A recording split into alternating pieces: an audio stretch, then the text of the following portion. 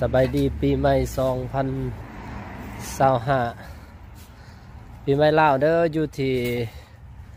ประเทศออสเตรเลียเนาะตอนนี้เรากำลังตกประทัดสายเนาะเกี่ยมงานบุญปีใหม่วันที่13นี่วันที่13ใกล้จะมาถึงนี่โอ้ยตอนนี้กำลังจะตกประทัดสายยูทรายมาแล้วเนาะนี่เป็นบริเวณเดินวัดอันเป็นสมัยดีปีใหม่เด้อสวัสดีทุกท่านเนาะยินดีต้อนรับเข้าสู่วัดลาวเมลเบิร์นเนาะปี2025หรือว่าพศ2568ปีใหม่ปีนี้ก็คึกคืนสมควรเนาะ